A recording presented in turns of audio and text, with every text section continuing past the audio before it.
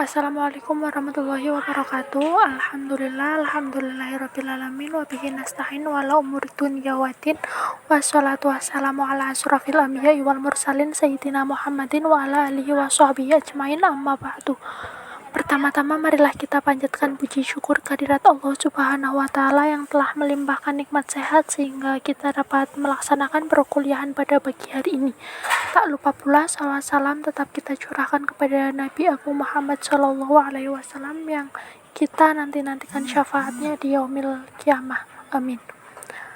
Yang terhormat Ibu Anggita Isti Intanasari selaku dosen pengampu Lembaga Keuangan Syariah dan teman-teman kelas 4 PSE yang berbahagia.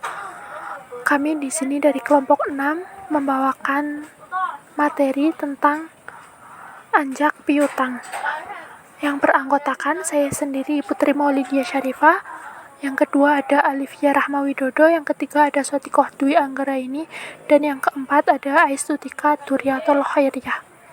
Kepada pemateri saya persilahkan untuk memaparkan materinya. Saya Sotikoh Dwi Anggaraini akan memaparkan materi tentang konsep anjak piutang. Pengertian anjak piutang. Anjak diartikan berpindah atau bergerak, sedangkan piutang artinya uang yang dipinjamkan yang dapat ditagih dari seseorang. Jadi anjak piutang adalah berpindahnya piutang atau perjanjian yang mendasari tagihan sejumlah piutang kepada pihak lain. Dalam Peraturan Menteri Keuangan Nomor 84 PMK 021/2006 tentang perusahaan pembiayaan pasal 1E menyatakan bahwa anjak piutang adalah kegiatan pembiayaan dalam bentuk pembelian piutang dagang jangka pendek suatu perusahaan termasuk atas piutang tersebut.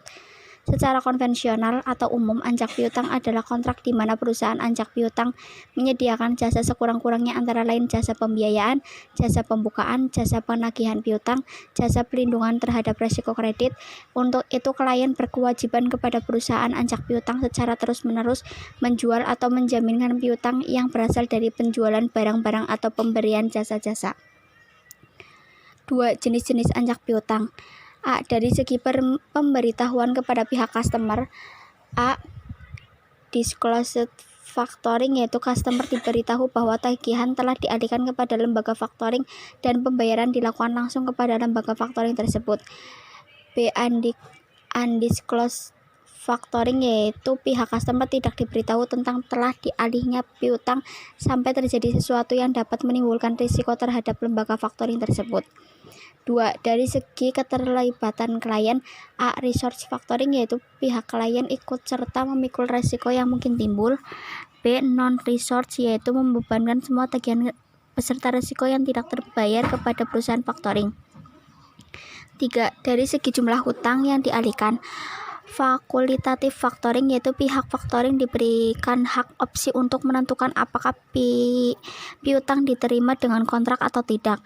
B. Whole turnover factoring, yaitu perjanjian yang dilakukan atas seluruh dana yang ditransaksikan dari perusahaan klien atas piutang. 4. Berdasarkan wilayah.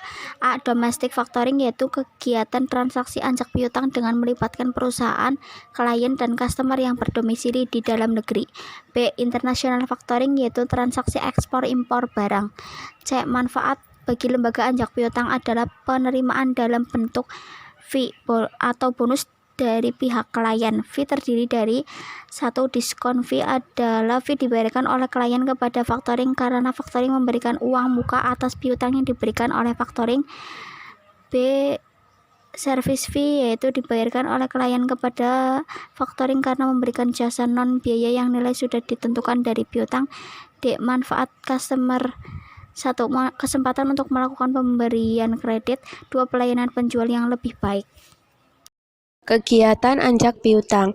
Untuk kegiatan anjak piutang ada 4, yaitu pertama, transaksi dapat dilakukan oleh 2 jenis, anjak piutang dengan pembiayaan atau financing dan anjak piutang non-pembiayaan atau non-financing.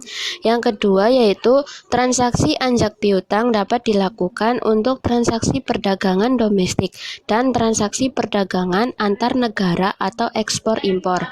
Yang ketiga yaitu Objek pembiayaan adalah piutang atau tagihan jangka pendek pada suatu perusahaan dari transaksi perdagangan dalam atau luar negeri. Yang keempat yaitu pembiayaan anjak piutang hanya dapat dilakukan oleh perusahaan, bukan oleh individual. Syarat dan mekanisme anjak piutang. Yang pertama, syarat anjak piutang. Menurut Budi Rahmat, calon klien mengajukan permohonan dengan A. Akta pendirian perusahaan klien beserta perubahan-perubahannya.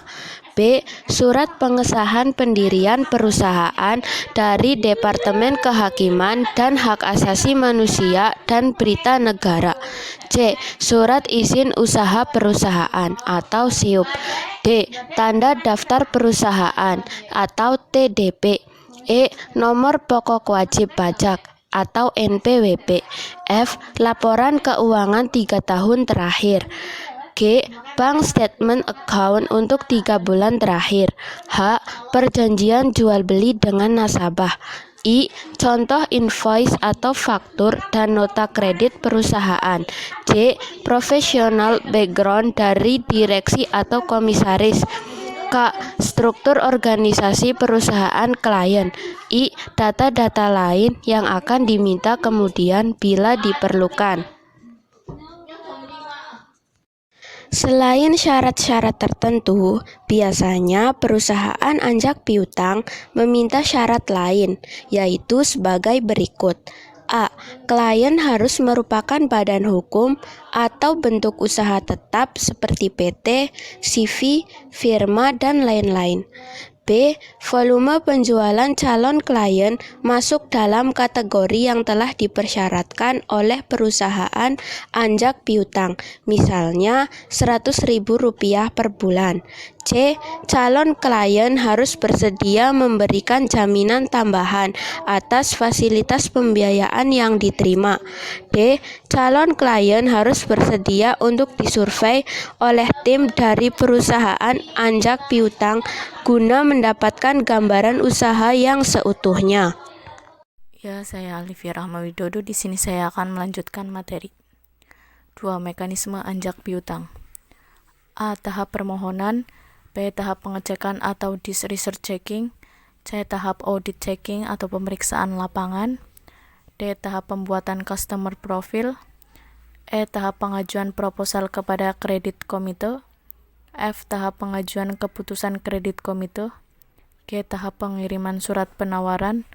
H. Berdasarkan surat penawaran yang telah ditandatangani oleh klien, maka bagian legal akan mempersiapkan pengikatan sebagai berikut. Yang pertama, perjanjian anjak piutang beserta lampirannya. 2. Jaminan pribadi jika ada. 3. Jaminan perusahaan jika ada. 4. Surat kuasa hukum jika diperlukan. 5. Notifikasi letter. 6. Pengikatan perjanjian dilakukan secara bawah tangan, dilegalisir oleh notaris. Terakhir, tahap pencairan finansial. D. Contoh perusahaan anjak piutang yaitu 1. Aditama Finance, 2. SG Finance, 3. PT IFS Capital Indonesia, 4. PT Tifa Finance, 5. Indo Mobil Group, dan yang terakhir CV Angkasa Citra Mandiri. Sekian, terima kasih. Terima kasih kepada para pemateri yang telah memaparkan materinya. Dan saya mewakili dari kelompok 6 memohon maaf apabila ada tutur kata yang kurang berkenan. Dan semoga materi pada pagi hari ini bermanfaat. Sekian dari kami. Wabillahi taufiq wal hidayah. Wassalamualaikum warahmatullahi wabarakatuh.